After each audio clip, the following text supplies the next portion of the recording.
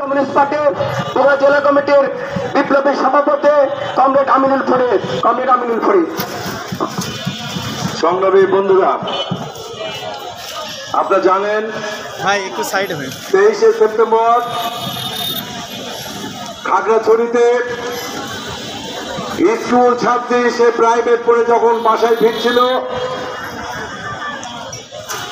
রাত 8 থেকে 9 ঘটিকার মধ্যে সেই মেয়ে অপহরণ এবং দলবদ্ধ শিকারের সংঘবদ্ধ ধর্ষণের শিকার হয়। এই ঘটনার প্রতিবাদে তার পরিবারের সদস্যরা থানায় অভিযোগ দায়ের করে এবং সেখানকার মানুষজন প্রতিবাদে রাস্তায় নামে এবং ধর্ষণকারীদের গ্রেপ্তারের দাবিতে। পরিস্থিতি উত্তপ্ত ছিল, এইটি বলার কোনো অবকাশ নেই। নিশ্চয় এরকম পরিস্থিতি যে কোনো জায়গায় হলে উত্তপ্ত হবে। আইন শৃঙ্খলা বাহিনীর দায়িত্ব কি? সেইটি সহনশীলতার সঙ্গে, ধৈর্যের সঙ্গে সেইটিকে মোকাবেলা করা। কিন্তু আমরা দেখলাম খাগড়াছড়ির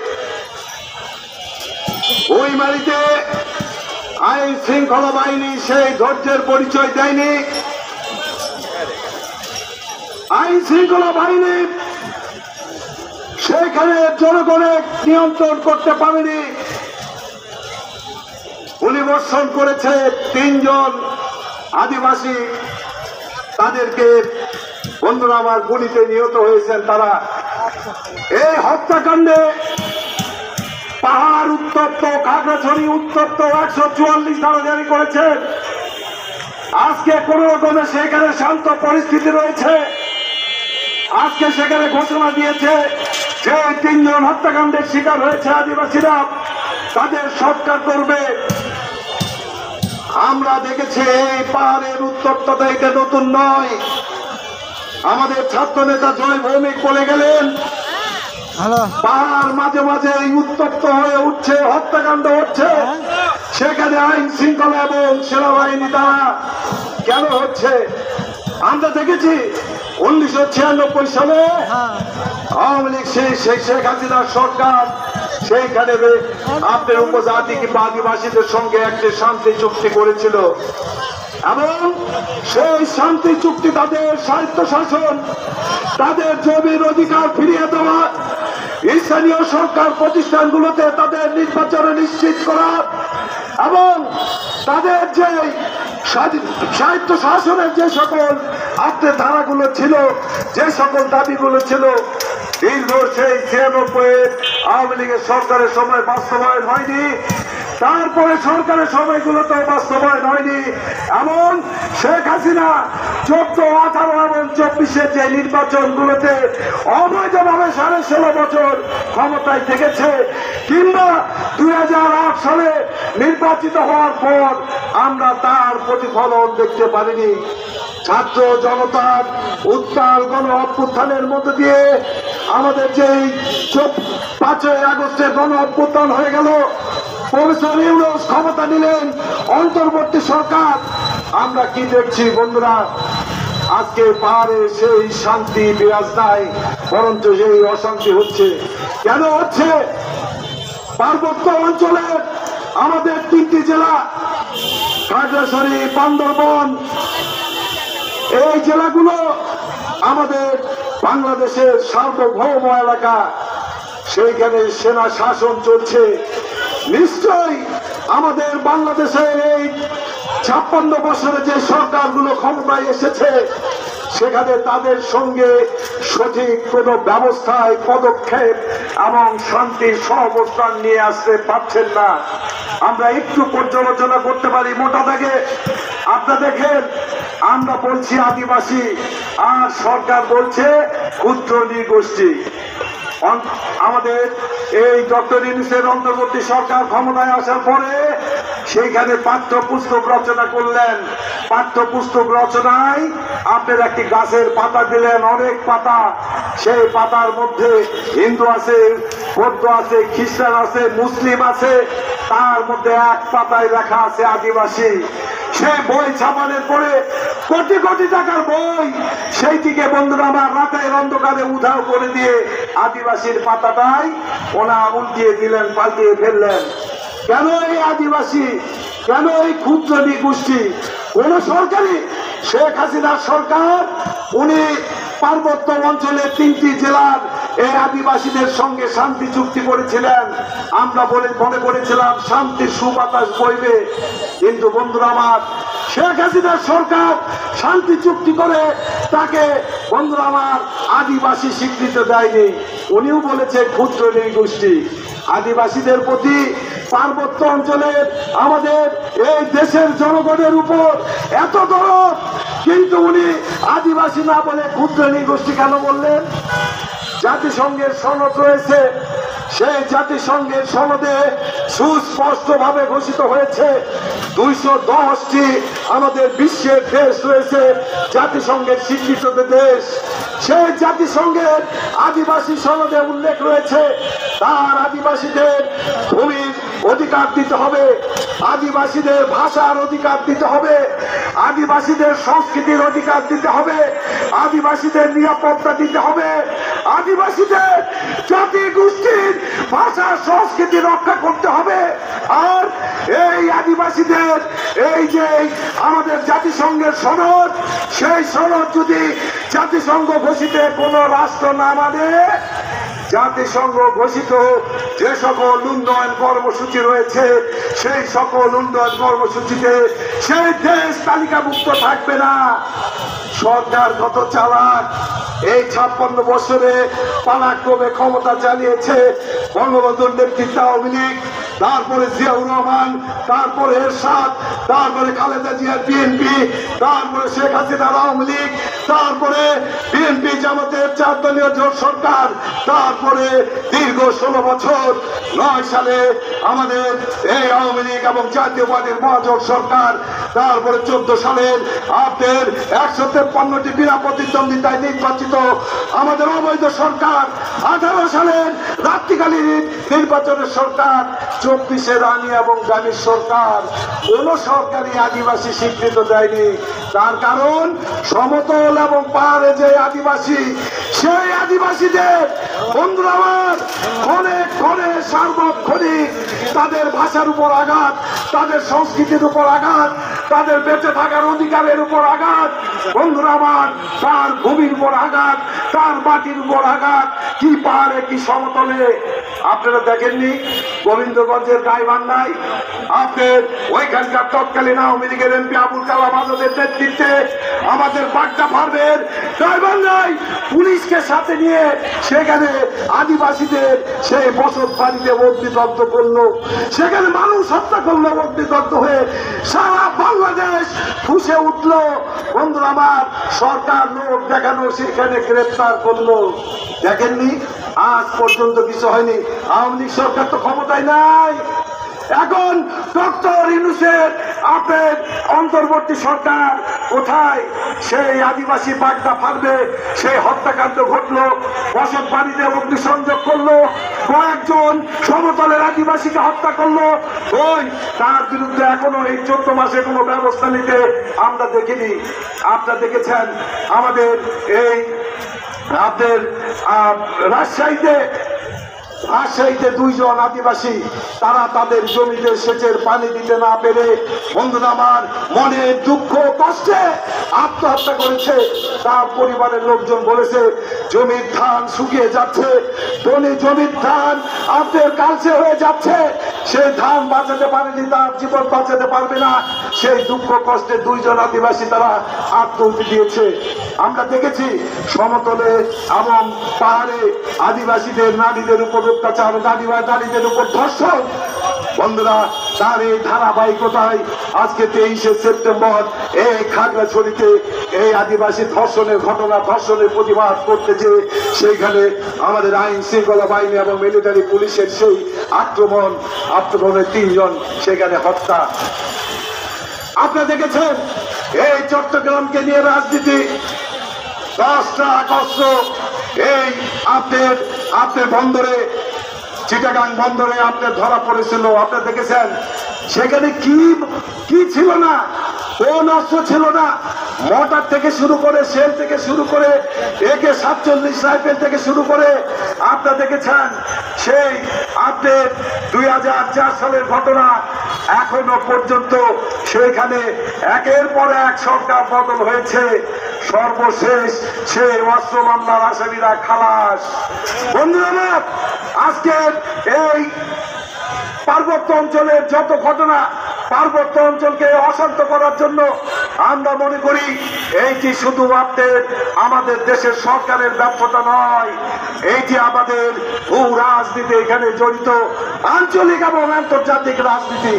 আপনারা জানেন, আপনার দীর্ঘ 16.5 বছর আওয়ামী লীগ ক্ষমতায় থাকবে আমরা দেখেছি 14, 18 এবং 24-এর নির্বাচনে ভারতের নগ্ন হস্তক্ষেপ আওয়ামী লীগ যেন ক্ষমতায় থাকে তার জন্য, এবং নির্বাচনের পরপরই তাদেরকে স্বীকৃতি দেওয়া, নির্বাচনকে মেনে নেওয়া, সরকারকে মেনে নেওয়া, ভারতের এই নগ্ন হস্তক্ষেপ আমরা দেখেছি। কিন্তু এইটাও তো ঠিক বন্ধুরা আমার, এই 5ই আগস্টের 24-এ আমাদের শেখ হাসিনার সরকার, এই ফাঁসিবাদী সরকার বিদায় নেওয়ার পরে সরকার এসেছে অন্তর্বর্তী ইউনিট সরকার। আজকে কি দেখছি বাংলার মাটিতে, পার্বত্য অঞ্চলে আজকে আমেরিকার সৈন্যবাহিনী আজকে সেইখানে বিমান নিয়ে এসে সেইখানে মহড়া করছে বাংলাদেশের সেনাবাহিনীর সঙ্গে। বন্ধুরা, আজকে ডক্টর ইউনূসের অন্তর্বর্তী সরকার রাখাইনে মানবিক করিডোর দেওয়ার চেষ্টা চলছে। সেই মানবিক করিডোরে ত্রাণ যাবে, সেই ত্রাণ কার কাছে যাবে? মায়ানমারের বিচ্ছিন্নতাবাদীর কাছে যাবে, মায়ানমারের সেই জান্তা সরকারের কাছে যাবে, না কোনো একটি নাসাকা সেই আমাদের বিদ্রোহীদের কাছে যাবে? সেইটি কোনো কিছু নেই। আপনারা দেখেছেন আমেরিকা বাংলাদেশের এই রপ্তানি আমাদের গার্মেন্টস শিল্পের উপর 50% কর আরোপ করেছিল। সেইটি আমাদের অধ্যাপক ইউনূসের সরকার তার সঙ্গে একটি চুক্তি করেছেন। সেই চুক্তির শর্ত, এই চুক্তি জনগণকে জানানো যাবে না, এইটি স্বাধীনতা এবং সার্বভৌমত্বের বিরুদ্ধে। বন্ধুরা আমার, এই জনগণ, এই রাষ্ট্রের মালিক, এই রাষ্ট্রের সরকারের সঙ্গে যে কোনো চুক্তি জনগণ জানার অধিকার রয়েছে। কিন্তু আমেরিকার সঙ্গে চুক্তি করলেন, সেই চুক্তিতে সে আমাদের গার্মেন্টস শিল্পের উপর কর কমিয়ে দিলেন। পার্শ্ববর্তী দেশ ভারতের সঙ্গে 50% কর বহাল রাখলেন। আমাদের দেশে আমাদের গার্মেন্টস শিল্পের উপরে, রপ্তানিকারক শিল্পের উপরে 25% কর আরোপ করলেন আর চুক্তি করলেন। সেই চুক্তির কি শর্ত সেটি জনগণ জানতে পারবে না। আজকে সেই চুক্তির অধীনে আমাদের বাংলাদেশে মার্কিন সাম্রাজ্যবাদ, সেই মার্কিন সাম্রাজ্যবাদ আফগানিস্তানকে ধ্বংস করেছে, মার্কিন সাম্রাজ্যবাদ লিবিয়ার মতো একটি ভালো রাষ্ট্র ধ্বংস করে দিয়েছে। আমাদের ইরাকে আমাদের সাদ্দামের নেতৃত্বে একটি সামাজিক নিরাপত্তা এবং সামাজিক নিরাপত্তার একটি দেশ ছিল, কল্যাণকামী একটি রাষ্ট্র ছিল, সেই ইরাককে ধ্বংস করেছে। আজকে এই আমেরিকা, এই জাতিসংঘে আজকে যখন দেখেছেন নেতানিয়াহু ভাষণ দিতে উঠেছে, সমস্ত জাতিসংঘের রাষ্ট্রপ্রধানরা সেই ভাষণকে পরিত্যাগ করেছে। ইসরায়েলে বন্ধুরা আমার বর্বরচিত হামলা, শিশু নারী সহ হাজার হাজার লক্ষ মানুষকে হত্যা করছে। সেই আমেরিকা ইসরায়েলকে টিকিয়ে রেখেছে। এই আমেরিকা, এই মার্কিন সাম্রাজ্যবাদ আজকে এই ভূ রাজনীতিতে এক সময় ছিল ভারতের আধিপত্য, আজকে অধ্যাপক ইউনূস আমেরিকার কাছে দেশ বিক্রি করে দিয়েছে। আমরা বাংলাদেশের স্বাধীন সার্বভৌম, আমরা নাগরিক, আমাদের মুক্তিযুদ্ধের পক্ষে, 24-এর গণ অভ্যুত্থানের পক্ষে আমরা নাগরিকরা, আমরা রাজনৈতিক দলগুলো আমরা বসে থাকতে পারি না। বন্ধুরা আমার, অধ্যাপক ডক্টর ইউনূস আমেরিকার দালাল, আমেরিকার বাচ্চাটা। বন্ধুরা আমার, আপনারা দেখেছেন আজকে এই সরকার, অন্তর্বর্তী সরকার, এই অন্তর্বর্তী সরকারের দায়িত্ব হচ্ছে সংস্কার করা।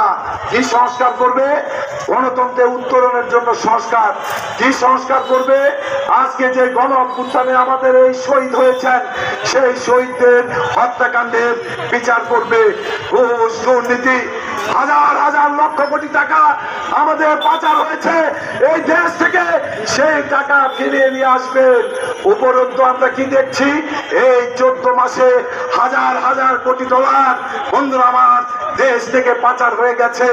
আমাদের নাইদের উপদেষ্টা তার পিএস এর বিরুদ্ধে দুর্নীতির অভিযোগ, সজীব ভুইয়ার উপদেষ্টা তার পিএস এর বিরুদ্ধে দুর্নীতির অভিযোগ, এবং আপনারা দেখেছেন স্বাস্থ্য মন্ত্রণালয়ের সচিব নিয়োগ করবে, সেখানে আমাদের 400 কোটি টাকার লেনদেন হয়েছে, এইরকম অভিযোগ। আর অফিস আদালত, সেইখানে তো কোনো জনপ্রতিনিধি নাই, ইউনিয়ন পরিষদের জনপ্রতিনিধি নাই, উপজেলায় নাই, আপনি সিটি কর্পোরেশনে নাই, জেলা পরিষদে নাই, সব জায়গায় আজকে দুর্নীতির আখড়ায় পরিণত হয়েছে। 32টি সেবা আজকে নাগরিকরা পাচ্ছে না। বন্ধুরা আমার, সরকারের দায়িত্ব হচ্ছে অতি দ্রুত একটি নিরপেক্ষ এবং একটি স্বচ্ছ ইনক্লুসিভ অংশগ্রহণমূলক নির্বাচনের জন্য যা যা সংস্কার করা দরকার, ঐক্যমত কমিশনে যেগুলো ঐক্য হয়েছে, রাজনৈতিক দলগুলো ঐক্য করেছে, সেইগুলো বাস্তবায়ন করে অতি দ্রুত নির্বাচন দিয়ে এই সরকারকে বিদায় নেওয়া দরকার। কিন্তু সরকার বিদায় দিচ্ছে না। বন্ধুরা আমার, আজকে এই আমেরিকা মার্কিন সাম্রাজ্যবাদ, সেই মার্কিন সাম্রাজ্যবাদ বদলেই সরকার, আজকে এর বিরুদ্ধে আমাদেরকে রুখে দাঁড়াতে হবে। আগামী ফেব্রুয়ারিতে নির্বাচন ঘোষণা করেছে। এই দেশের ভালো মন্দ সব কিছু দেখার দায়িত্ব অনির্বাচিত সরকারের নয়, নির্বাচিত সরকারের। একজন নির্বাচিত সরকার যদি ক্ষমতায় আসে, তো এই জনগণের কাছে 5 বছর ভোট দিতে আসবে, ভালো মন্দ কাজের জন্য তার কাছে জবাবদিহি করতে হবে। বন্ধুরা আমার, আজকে কোনো জবাবদিহি নাই। আপনারা জানেন, আমাদের ফ্যাসিস্ট আওয়ামী লীগের সরকার উনি টিসিবিতে কার্ড দিয়েছিলেন 50 লক্ষ। বন্ধু আমার, প্রায় 2 কোটি টিসিবির কার্ড দিয়েছিলেন। এই সরকার ক্ষমতা নেওয়ার পর অন্তর্বর্তী সরকার টিসিবির কার্ড উনি নিয়ন্ত্রণ করলেন, উনি চেক করলেন, উনি যাচাই বাছাই করলেন। 50 লক্ষ টিসিবির কার্ড বাতিল করেছে। কিন্তু সেই 50 লক্ষ, সে বলেছে এই 50 লক্ষ কার্ড আওয়ামী লীগের চেয়ারম্যান, মেম্বার, মেয়ররা নাকি তাদের আত্মীয় স্বজনকে দিয়েছে, আওয়ামী লীগের নেতা কর্মীদের দিয়েছে। বেশ ভালো, কিন্তু এই 50 লক্ষ টিসিবির কার্ড আপনি বাতিল করে 50 লক্ষ গরিব মানুষকে বাছাই করেন কোথায়? আপনি তো বাছাই করলেন না। আমরা দেখেছি বন্ধুরা আমার, এই সকল কর্মকাণ্ড এগুলো করবে না। আজকে দ্রব্যমূল্যের দাম হু হু করে বেড়ে যাচ্ছে, নাবিশ্বাস উঠেছে। শিক্ষা প্রতিষ্ঠানগুলোতে আজকে কোনো নিয়ন্ত্রণ নাই। আপনার ছেলে মেয়েদের লেখাপড়া, বন্ধুরা আমার, সাধারণ মানুষ নাবিশ্বাস উঠে গেছে। কোন বিদ্যালয়গুলোতে আপনার সরকারের দেয় ফি, আপনার মাধ্যমিক স্কুল শিক্ষা অধিদপ্তর রয়েছে, তাদের ফি যদি থাকে, বেতন যদি থাকে 100 টাকা, নিচ্ছে 500 টাকা। ভর্তিতে যদি সেশন ফি থাকে 700 টাকা, নিচ্ছে 5000 টাকা। আজকে অন্তর্বর্তী সরকার সেইগুলোকে নিয়ন্ত্রণ করতে পারছে না। আমার আপনার সন্তানের লেখাপড়া পর্যন্ত অনিশ্চিত হয়ে গেছে। আর হাসপাতালগুলোতে যান, আপনি কোনো ডাক্তার পাবেন না। সব ডাক্তার ক্লিনিকে প্র্যাকটিস করতেছে, সব ডাক্তার ক্লিনিকে পাবেন। কেন আজকে অন্তর্বর্তী সরকারের সময় তো এইটি আমরা আশা করিনি। আজকে অন্তর্বর্তী সরকার ব্যর্থ হয়েছে। বাংলাদেশের কমিউনিস্ট পার্টি আমরা আমাদের খাগড়াছড়িতে, এই গুইমারিতে যে হত্যাকাণ্ড, সেই হত্যাকাণ্ডের বিচার বিভাগীয় তদন্ত দাবি করছি, দায়ীদের দৃষ্টান্তমূলক দাবি জানাচ্ছি। সেই সাথে আমাদের যে স্কুল ছাত্রী ধর্ষণের ঘটনায়, সেই ধর্ষকদেরও গ্রেপ্তার এবং দৃষ্টান্তমূলক শাস্তির দাবি জানাচ্ছি। পাহাড়ে শান্তি ফিরিয়ে নিয়ে আসুন। আদিবাসীদের আদিবাসী হিসেবে স্বীকৃতি দিন। আদিবাসীদের জাতিসংঘের যে সনদ রয়েছে, সেই সনদ মানুন। আপনি একটি বৃহৎ জনগোষ্ঠীর সঙ্গে প্রতারণা করবেন, আদিবাসী স্বীকৃত দেবেন না, ক্ষুদ্র নিগোষ্ঠী স্বীকৃত দিয়ে সেখানে নিপীড়ন করবেন, নির্যাতন করবেন, জ্বালাও পোড়াও করবেন, ঘর ছাড়া করবেন, ভাষা সংস্কৃতির উপর আঘাত করবেন। এইটি হতে পারে না। হিন্দু, মুসলিম, বৌদ্ধ, খ্রিস্টান, সমতলে আদিবাসী, পাহাড়ি আদিবাসী, সকলের সমান অধিকার। এই স্বাধীন সার্বভৌম বাংলাদেশের নাগরিক। আমাদের স্বাধীনতার ঘোষণা, সাম্য, মানবিক মর্যাদা এবং সামাজিক ন্যায় বিচার। এই প্রত্যেক নাগরিকের সাম্য, মানবিক মর্যাদা এবং সামাজিক ন্যায় বিচার সেটি অন্তর্বর্তী সরকার নিশ্চিত করতে পারেনি। বন্ধুরা আমার, বাংলাদেশের কমিউনিস্ট পার্টি আন্দোলন লড়াই সংগ্রামের পার্টি, ব্রিটিশ খাতানো পার্টি, পাকিস্তান বন্ধু আমার ভেঙে বাংলাদেশ অভ্যুদয়ের পার্টি, 24,000 গেরিলা বাহিনী, গেরিলা যোদ্ধা আমাদের যুদ্ধ করেছে মুক্তিযুদ্ধে। বন্ধুরা আমার, এই বাংলাদেশের কমিউনিস্ট পার্টি 24-এর গণ অভ্যুত্থানের লড়াই করা পার্টি। এই পার্টি বাংলাদেশের যে কোনো ক্রান্তিকালে বাংলাদেশে বন্ধুরা আমার সাম্য, মানবিক মর্যাদা, মানুষের অধিকার প্রতিষ্ঠার আন্দোলনের সকল লড়াই সংগ্রামে ছিল, আছে এবং ভবিষ্যতেও থাকবে। আগামী দিনে বাংলাদেশের কমিউনিস্ট পার্টির আন্দোলন লড়াই সংগ্রামে আপনারা আমাদের পাশে থাকবেন এবং আজকের গণতন্ত্রের যে উত্তরণে 24-এ যে আমাদের নির্বাচন, সেই নির্বাচন অন্তর্বর্তী সরকার শান্তিপূর্ণভাবে সম্পন্ন করে তারা একটি নির্বাচিত 26-এ ফেব্রুয়ারিতে যে নির্বাচন, সেই নির্বাচন একটি শান্তিপূর্ণ নির্বাচন করে আমাদের নির্বাচিত প্রতিনিধিদের হাতে, জাতীয় সংসদের হাতে ক্ষমতা হস্তান্তর করে বিদায় নেবেন। আর যদি সেই বিধান না নেন, বাংলাদেশে আরো একটি অভ্যুত্থান অপেক্ষা করছে আমাদের জন্য। তার জন্য আপনারা প্রস্তুতি নেবেন, এই আশাবাদ, এই আহ্বান জানিয়ে আমি আমার বক্তব্য শেষ করছি। জয় হোক মেহনতি মানুষের বাংলাদেশের কমিউনিস্ট পার্টি জিন্দাবাদ। ধন্যবাদ সকলকে। আজকের বিক্ষোভ সমাবেশ এখানে